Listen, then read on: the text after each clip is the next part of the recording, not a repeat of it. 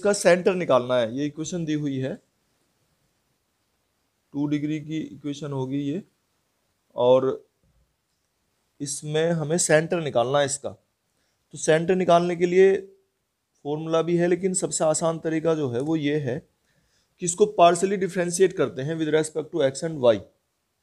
यानी कि हम इसमें del f over del x निकालेंगे एक्स के रेस्पेक्ट में, तो क्या हो जाएंगे 28x, और x के रेस्पेक्ट में कर रहे हैं तो -4y प्लस 22y और माइनस, हाँ ये तो जीरो हो जाएगा, ठीक है, y वाला तो जीरो हो गया, ठीक है, और ये -44, ये जीरो हो गया, ये जीरो हो गया, ठीक है, डेल एफ और डेल एक्स आ गया। इसी तरीके से हम डेल एफ और डेल वाई निकाल लेंगे, partial differential with respect to y, तो ये जीरो हो गया, ये हो गया -4x, ये +22y, ये जीरो, और ये -58। फिर equating to zero both the partial differentials, तो इन दोनों को जीरो के इक्वल कर देते हैं ये, और यहाँ इन दोनों इक्वेशंस को सोल्व कर लेते हैं। फिर चाहे जिस भी तरीके से हम इन्हें सोल्व कर लेंगे। अब जैसे ये एक बार 4 से डिवाइड कर लो, थोड़ा इजी सिंपल सी हो जाए इक्वेशन, तो 7x minus y equal to 11, equation तो ये होगी। और दूसरी इक्वेशन, इसमें तो 2 से डिवाइड हो रहा है ये है, तो -2x प्लस 11y और इक्वल टू 29। अब इन्हें सोल्व कर लो, तो सोल्व करके क्या आ जाएंगे ये देखो भाई, इसमें हम मल्टीप्लाई कर लें 11 से, ठीक है, तो क्या होगा ये 77x minus 11y equal to 121, इसको ऐड कर लो, और ये हो गया 75x इक्वल टू कितना 150, तो x की वैल्यू 2 आ जाएगी, और x की वैल्यू 2 रख दो इधर, तो -y इक्वल टू कितना बचेगा 3, -3, तो y इक्वल टू 3। तो इस तरह से x और y के जो कोऑर्डिनेट्स ये आए हैं हमारे, ये सेंटर के कोऑर्डिनेट हैं।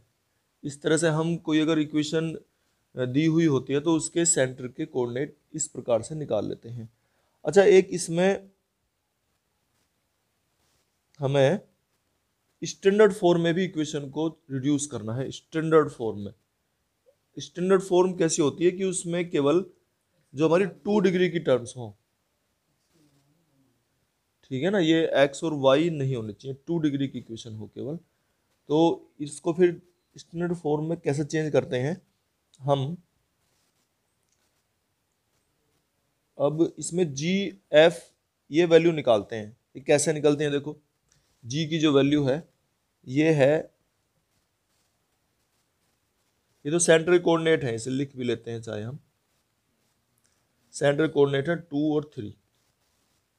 अच्छा, जी और एफ की वैल्यू ये क्या होती है अभी बताते हैं, इसे पहले निकाल लेते हैं। जी क्या है इसमें, half of coefficient of x, है ना, एक्स का जो कोफिशिएंट है, तो क्या है ये, ठीक है, -44 है, तो इसका कोफिशिएंट कितना आ जाएगा ये half of coefficient of x,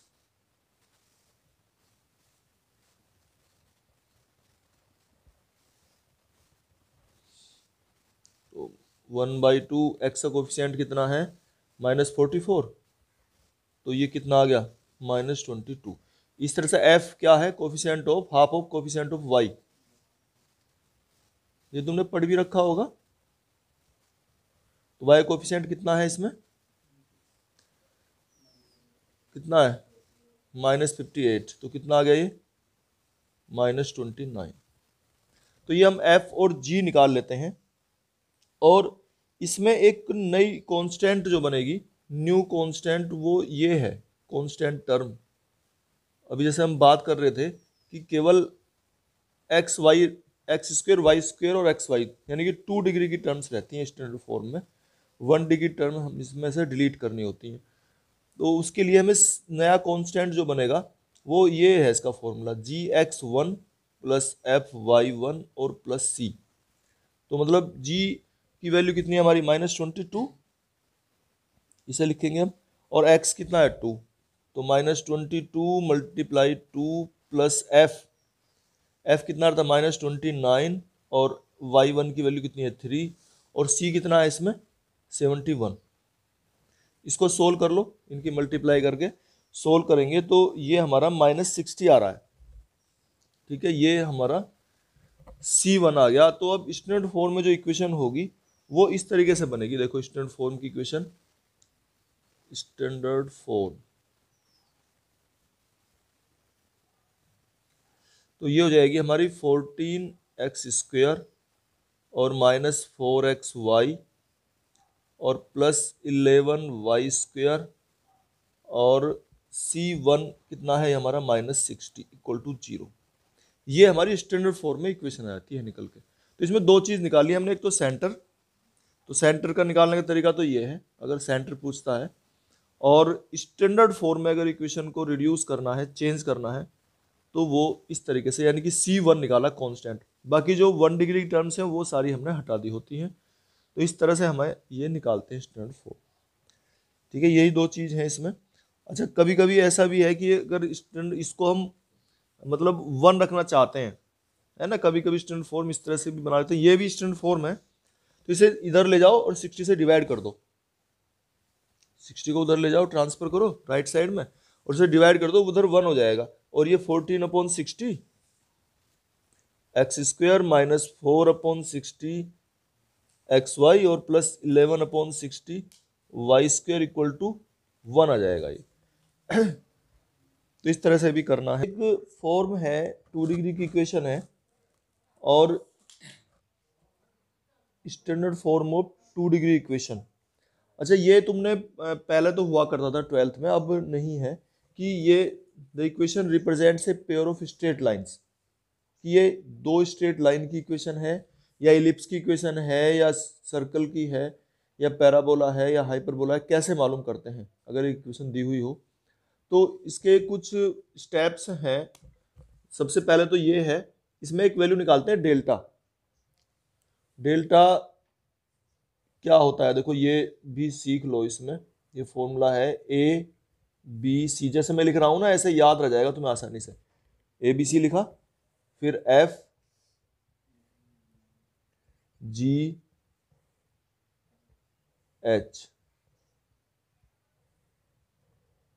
ठीक है, ये हमारा डेल्टा होता है। तो अगर ये डेल्टा की वैल्यू 0 आ जाए, तो इस पे a pair of straight lines, ये जो है हमारी a pair of straight line का एक पेयर बनता है इस इक्वेशन से, इफ डेल्टा = 0, यदि ये वैल्यू 0 आ जाए निकल के हमारी, तो ये स्ट्रेट लाइंस की पेयर की इक्वेशन है। और अगर इसी में ये फर्स्ट पार्ट कह दिया, और सेकंड में ये दोनों लाइन अगर पैरेलल हैं, मतलब दो लाइन की कंबाइंड इक्वेशन होती है, दोनों की मल्टीप्लाई कर देते हैं हम। और लाइन की इक्वेशन क्या पढ़ी है तुमने, कैसे पढ़ते होती थी वो, ax + by + c = 0, लाइन की इक्वेशन। ठीक है, तो ये लाइन की इक्वेशन डेल्टा = 0 है, ठीक है। अगर h² = ab के है, अगर h² डेल्टा = 0 तो है ही, और अगर h² = ab आ जाए, इसमें h² कहाँ है, h ये रहा, और a और b इनकी मल्टीप्लाई के इक्वल ये अगर h² आ रहा है, तो फिर ये पेयर ऑफ स्ट्रेट लाइंस है, वो pair of parallel straight lines. तो फिर ये लाइन जो है ना पैरेलल होती है।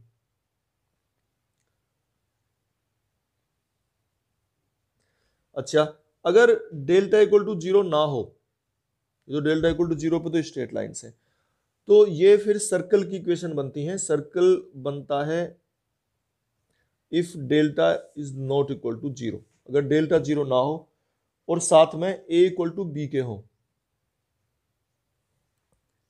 तो वो सर्किल की इक्वेशन है। इसे देख के ही हम मालूम कर सकते हैं कि ये सर्किल की इक्वेशन है या किसकी इक्वेशन है। लेकिन एक तो मैं डेल्टा कैलकुलेट करना पड़ेगा, वो 0 नहीं होना चाहिए। 0 है तो स्ट्रेट लाइन है, 0 नहीं है, 0 नहीं है, और a और b दोनों इक्वल है, और साथ में जो xy का जो कोफिशिएंट है, यानी कि xy की टर्म नहीं है, ये भी है कि h इक्वल टू 0 है, ये शर्त है तो वो सर्किल की इक्वेशन होती है। और ये पॉइंट नंबर 2 लिखो। तीसरा पॉइंट है, ये पैराबोला की भी इक्वेशन होती है कि अगर डेल्टा तो 0 नहीं है, ठीक है, डेल्टा 0 नहीं है और h square equal to a b के है,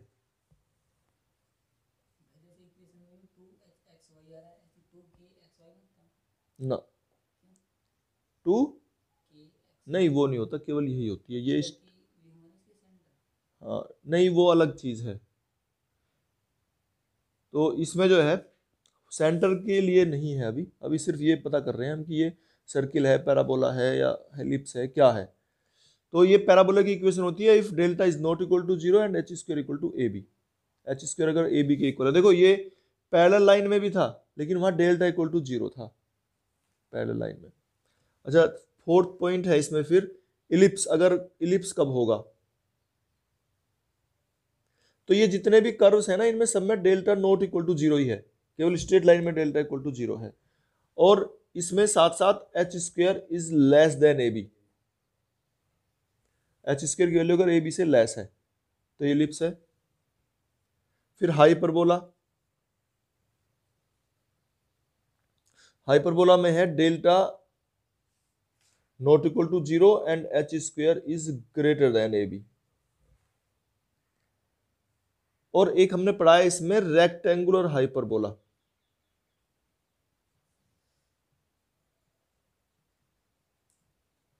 रेक्टेंगुलर हाइपरबोला, और वो रेक्टेंगुलर हाइपरबोला जो है उसमें भी यही है कि डेल्टा तो 0 होना ही नहीं चाहिए इसमें किसी में भी, है ना, केवल स्ट्रेट लाइन में डेल्टा इक्वल टू 0 है। Delta not equal to 0, h square is greater than a b, ये भी कंडीशन उसके साथ है, और साथ में a plus b equal to 0 हो, तो ये रेक्टेंगुलर हाइपरबोला की कंडीशन बनती है। तो ये बहुत मेन चीज़ है, अब ये जरूरत पड़ेगी हमें आगे, इन क्वेश्चंस को सोल्व करके निकाल लेंगे हम, ठीक है। अब देखो मैं एक एग्जांपल बता देता हूँ साथ साथ, ये एक इसमें लिखा है एग्जांपल हमारा 5x स्क्वायर, ये एग्जांपल बता रहा हूँ मैं, 5x स्क्वायर, ये आया हुआ भी है भाई मेरठ में, 5x square minus 2xy plus 5y square minus 10y और माइनस 7 इक्वल टू 0। तो इसमें देखो ए बी सी इनकी सबकी वैल्यू निकाल के रखेंगे हम, भाई ए ये है, एच बी है ना, और जी एक्स का कोफिशिएंट है वो 0 है, और एफ जो है वाई कोफिशिएंट है, और ये सी है, इससे कंपेयर करेंगे, ठीक है, और डेल्टा की वैल्यू फाइंड करते हैं। और तो चलो यहाँ लिखते हैं, अगर वैल्यू इनकी सबकी वैल्यू लिखें, भाई ए की वैल्यू क्या है 5, हाँ बताना है कि ये एक इलिप्स की इक्वेशन है, ठीक है।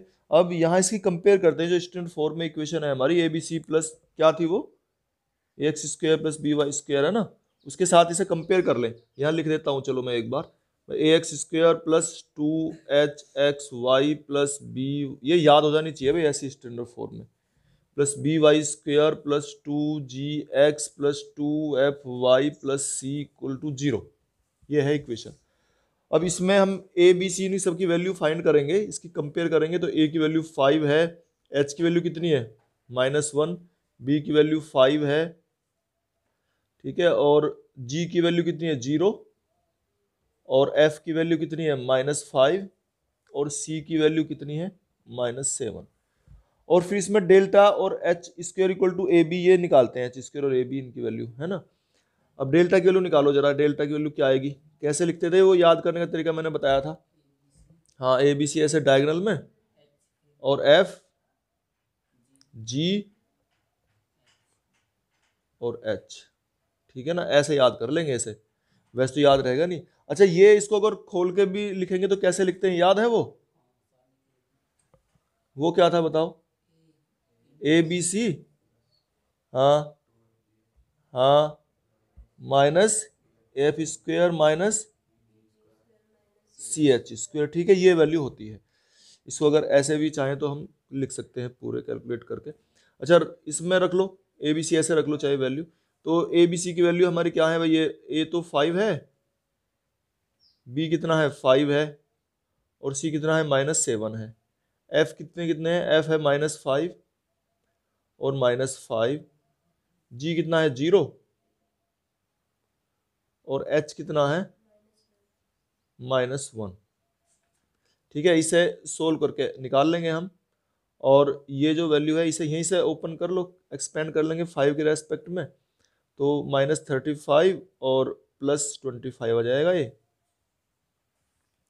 और ये +1, ये और ये हटा के इसमें ये 7 आ जाएगा, और ये 0 आ जाएगा। ठीक है, और 0 के साथ ये हो गया, तो ये कितना आ जाएगा, ये 50 और +7। जो भी है, हमें इससे मतलब नहीं है, delta should not be equal to 0, बस ये है। तो डेल्टा यहाँ पे 0 आ ही नहीं रहा, डेल्टा इज नॉट 0। अच्छा, एच स्क्वेयर की वैल्यू निकालो। एच स्क्वेयर कितना है, एच था हमारा 1, तो -1 का स्क्वायर हो गया, और ये कितना आ गया हमारा 1 आ गया। और ए बी कितना आ गया, ए बी की वैल्यू, ए 5 है और बी 5 है, ये 25 हो गया। और यहां से हम देख रहे हैं कि h square is less than a b, तो h square, if h square is less than a b, it means it shows, it represents an equation of ellipse. तो ये इलिप्स की इक्वेशन है। तो इस तरह से अगर ये h square greater than a b होता तो हाइपरबोला होता, और h square equal to a b होता तो पैराबोला होता। ठीक है, और सर्किल के लिए क्या होता,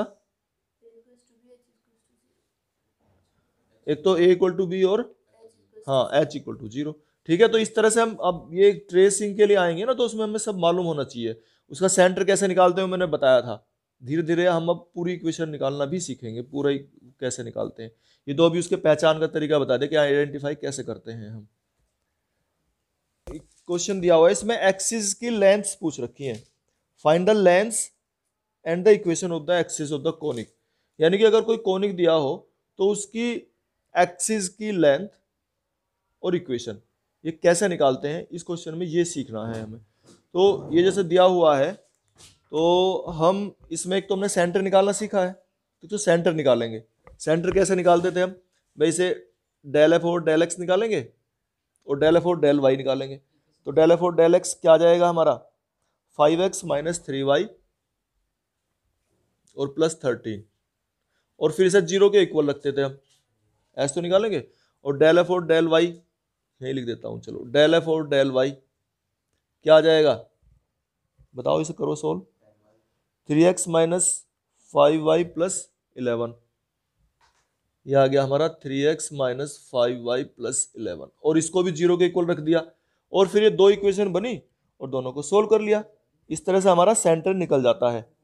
तो जब इन्हें सोल्व करेंगे तो ये इसका सेंटर आ रहे हैं, सेंटर हम मान लिया x1 y1 है, सोल्व कर लेंगे। ये सोल्व तुम्हें करना है, मैं इसे डायरेक्ट लिख रहा हूं, ये सोल्व करके आ जाएगा -2 1। ठीक है, हो रहे हैं ना, ये कैसे निकल रहा पता चल रहा है। ठीक है, तो ये सेंटर निकल गया। इसके बाद हम क्या निकालते थे इसमें, सेंटर के बाद में इसकी स्टैंडर्ड फॉर्म में इक्वेशन चेंज करते हैं, और स्टैंडर्ड फॉर्म में जो है 2 डिग्री की टर्म्स होती हैं, एक तो 1 डिग्री की टर्म नहीं लेंगे हम। ठीक है, और इसका जो कांस्टेंट टर्म है वो चेंज हो जाती है। अब कांस्टेंट टर्म C1 लिखते थे हम, C1 कैसे आती थी, वो gx1 और +fy1 और +c। अब g क्या था हमारा, g क्या था, x का कोफिशिएंट का हाफ यानी कि 13, तो 13, और x1 क्या था -2, और f क्या था y का -11, और y1 कितना है 1, और +c कितना है 29। बताओ सोल्व करके कितना जाएगा ये -26 और -11 और +29 कितना हो गया 8। ठीक है, ये हमारी C1 की वैल्यू आ गई। और इसको अब स्टैंडर्ड फॉर्म में इक्वेशन कैसे लिखेंगे हम, स्टैंडर्ड फॉर्म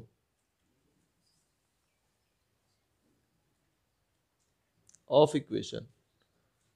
तो स्टैंडर्ड फॉर्म हमारी बनेगी ये भाई 5x² - 6xy + 5y² और कांस्टेंट टर्म है -8 और इक्वल टू 0। ये स्टैंडर्ड फॉर्म ऑफ इक्वेशन है। और इसमें हम इसको -8 को इधर लेके चले जाओ, तो ये क्या हो जाएगा, अब ये 5/8 एक्स स्क्वेयर और -6/8 xy और +5/8 इक्वल टू 1। ये अब स्टैंडर्ड फॉर्म में आ गई है। और इसमें ये ए बी और इनकी वैल्यू निकालते थे, ए बी और एच। ए क्या है इसमें, अगर हम चाहें तो ये स्टैंडर्ड फॉर्म में देखो, ये इसकी कंपेयर करेंगे इसके साथ में, ए एक्स स्क्वेयर प्लस 2h(xy) और plus by² equal to 0 equal to 1। ठीक है, ये इस तरह से। तो इसमें a की वैल्यू क्या है 5/8, h की वैल्यू क्या है माइनस, इसका हाफ करेंगे 3/8, और b की वैल्यू क्या है 5/8। ये a, h और b जब निकाल लेते हैं तो अब ये r में एक क्वाड्रेटिक इक्वेशन बनती है जो लेंथ के लिए यूज होती है, वो हमें याद कर लेनी है। भाई क्या होती है, फॉर लेंथ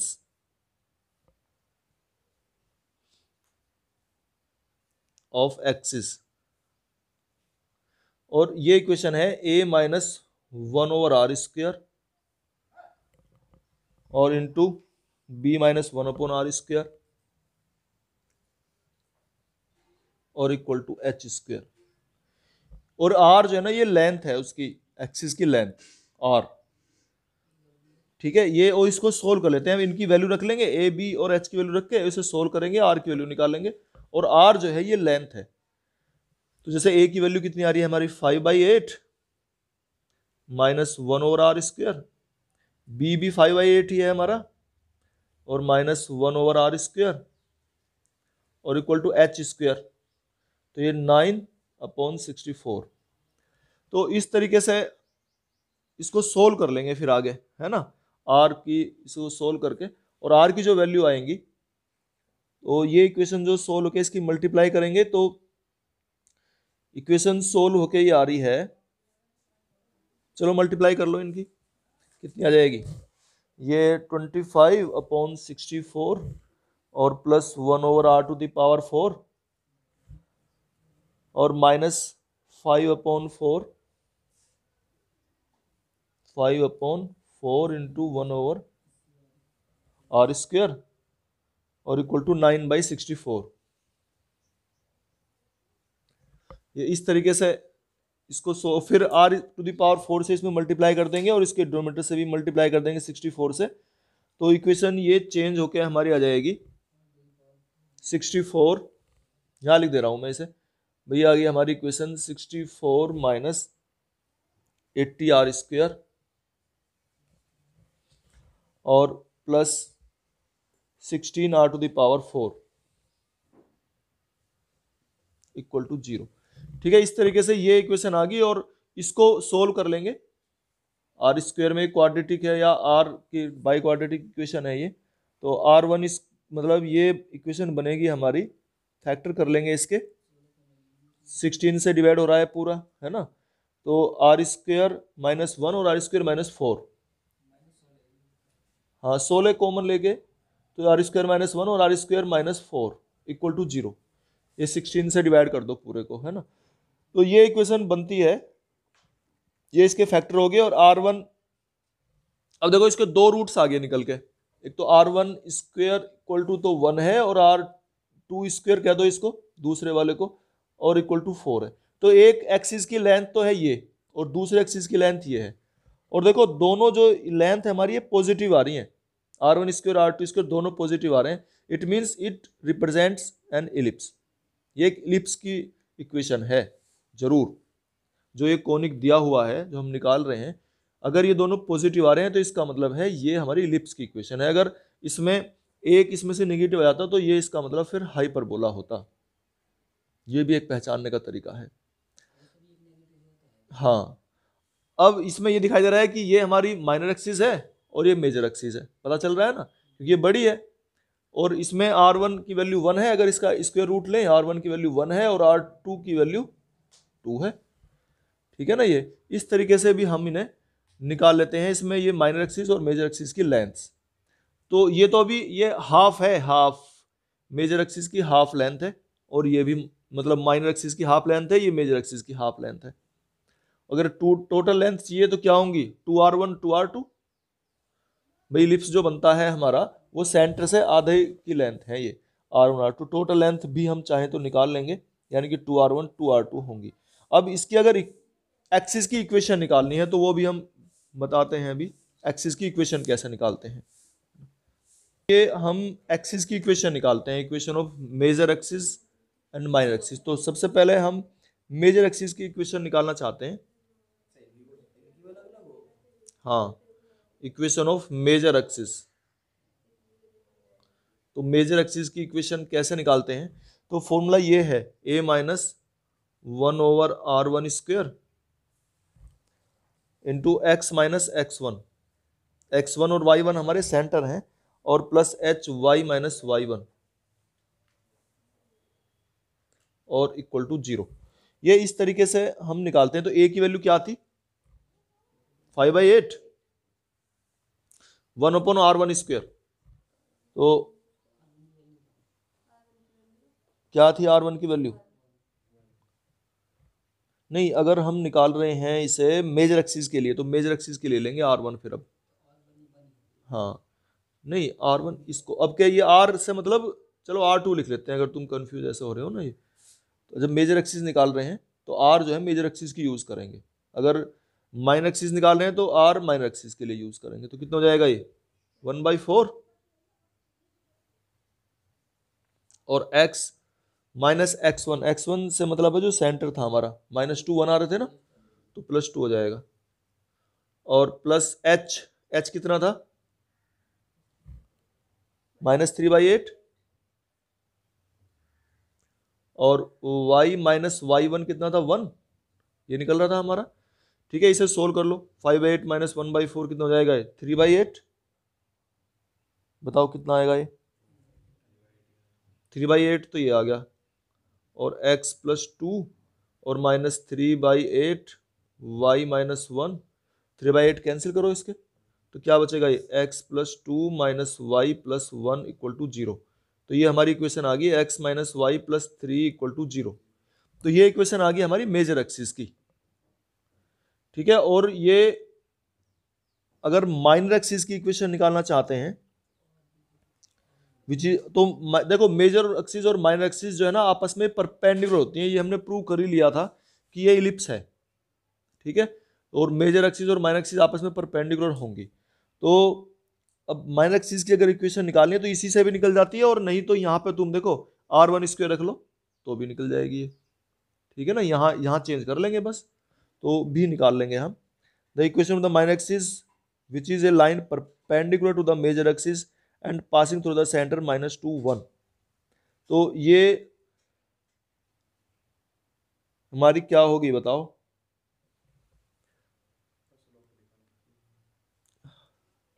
चलो ऐसे यूज कर लो। 5/8, a की वैल्यू 5/8 -1, और x माइनस x1 ये +2 हो गया, यही तो अंतर पड़ेगा बस, और h की वैल्यू -3/8 और y -1 इक्वल टू 0। ठीक है ना, 1 ही रख लिया यहाँ पे r1 की वैल्यू जब माइनर एक्सिस निकाल रहे हैं। तो ये कितना जाएगा -3/8, और ये भी -3/8 है, तो ये तो कॉमन होकर कैंसिल हो जाएंगे। अब क्या बचेगा, ये x +2 और प्लस y -1 इक्वल टू 0। तो निकल गई equation x + y + 1 equal to 0। तो इस तरह से हम ये मेजर एक्सिस और माइनर एक्सिस की इक्वेशन निकाल लेते हैं। मेजर एक्सिस की इक्वेशन है ये, और ये माइनर एक्सिस की इक्वेशन है। तो ये एक्सिस की इक्वेशन निकालनी सीखी है हमने, और इनका सेंटर ये जहां इंटरसेक्ट करेंगी वो ये पॉइंट है ही हमारा -2 1। ठीक है, तो अब फिर इस एक इलिप्स की इक्वेशन और बताते हैं।